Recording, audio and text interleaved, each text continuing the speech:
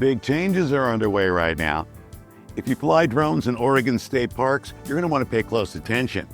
The rules that decide where, when, and how we can fly across the state are getting a full rewrite that will impact over 350 state parks. And even if you don't fly in Oregon or plan to, stick with me, because this process could set the tone for what's coming to parks and places all across your neck of the woods too very soon. So what's changing? How will it affect your flight plan? Who's making the rules? And when is all this supposed to happen? More importantly, how can you make sure your voice is heard before it's a done deal? Let's break it down. What's happening, why it matters, and how it's shaping the future of drone flight everywhere. Drone flying in Oregon state parks, what's about to change? That's our focus inside this edition of Drone Pilot MBA. Thanks for joining us.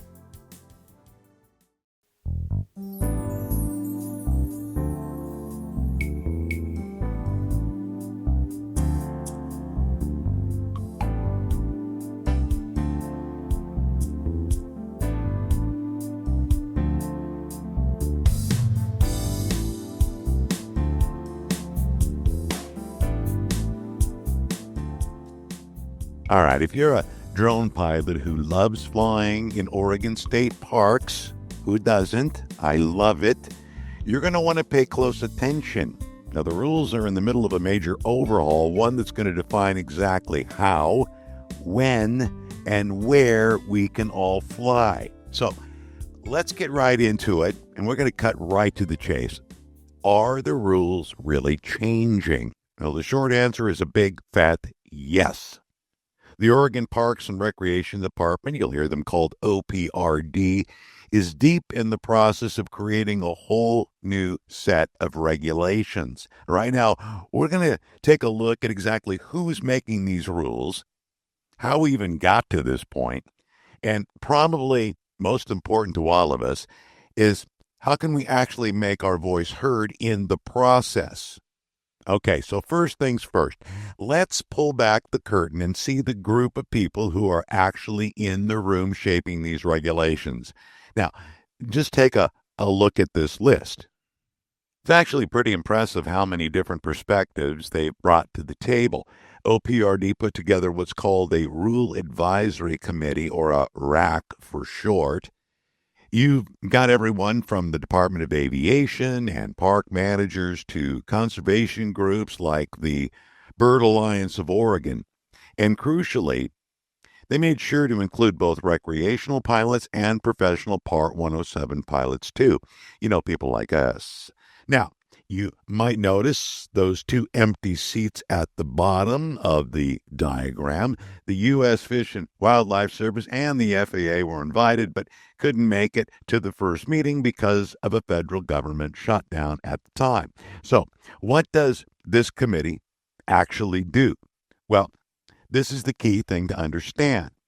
Their role is purely advisory. They're there to dig into the draft language, talk about the potential impacts, and give recommendations from their own areas of expertise. Now, they help shape and polish the rules, but they don't make the final call. That power belongs to the Oregon State Parks and Recreation Commission, which will look at everything.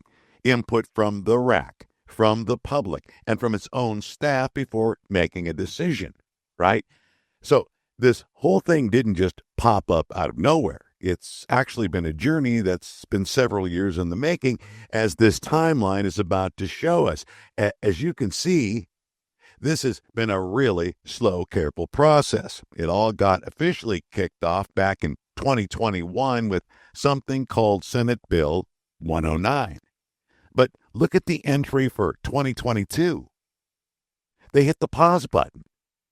OPRD actually stopped the whole process because they realized, hey, we don't have enough different viewpoints on this committee. So they took a step back to make sure the group was more representative before firing it all back up in 2023. Honestly, that says a lot about how seriously they're taking this. Now, at the very heart of this entire conversation is a huge challenge. So how do you find the right balance between two really important, and let's be honest, sometimes competing goals? You see, on one hand, OPRD is all about recreation. They want to give people, including us drone pilots, amazing opportunities to enjoy Oregon's incredible landscapes. But on the other hand, their number one job is to protect those parks, the wildlife, the natural habitats, and the experience for all the visitors. So every single rule they make has to somehow serve both sides of that mission.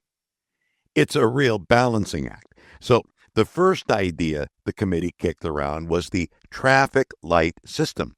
Now, the plan was to painstakingly map out every single park property and label areas as either red for no-fly zones, yellow for sometimes you can fly, like during certain seasons, or green for go for it. Seems pretty logical, right? Well, it turned out to be way more complicated than it sounds. And this question from Jolie Bezite with the Bird Alliance of Oregon just gets right down to the heart of the whole thing. Why did this seemingly simple mapping plan get thrown out? Well, it really boiled down to four major issues. First, trying to map over 350 park properties in that much detail was a gigantic project that would take forever. Second, the public, and rightly so, wanted to see all the finished maps before they commented, but creating them up front just wasn't possible. Third, imagine trying to use a super detailed map out in the field on your phone. It could get quite confusing. And finally, and this is a big one, a managed map just can't adapt quickly enough to protect it. And the realization led them to a whole new strategy, a shift to something called adaptive management. The best way to think about it is that the maps aren't carved in stone anymore. They're more like living documents. This approach gives OPRD the flexibility to update takeoff and landing zones based on what's happening on the ground. Like new wildlife nesting sites or heavy visitor traffic without having to go through the whole long formal rulemaking process every single time. It's just a much smarter, more responsive system. Okay, so with this new, more flexible approach in mind, what's next? Well, for every drone pilot watching this is probably the most important part. Let's take a look at the timeline. So the very next big step is the second RAC meeting, which is coming up in December of this year. And right after that, your window opens up. A formal public comment period is planned for early 2026. After that, OPRD will spend time reviewing all the feedback with the final rules set to be decided on in the spring of next year. And this is the number you really need to remember. The public comment period is expected to last for only 45 days, and that's it. This is going to be your chance, your opportunity to formally submit your thoughts and feedback on the proposed rules directly to OPRD. And I want to stress this. It's all happening very soon. The committee is getting ready to dive into the nitty-gritty line-by-line details of the draft rules at their next meeting, which is proposed for this December. So here's the takeaway. If you care about flying drones in Oregon parks, this is your moment to step it up.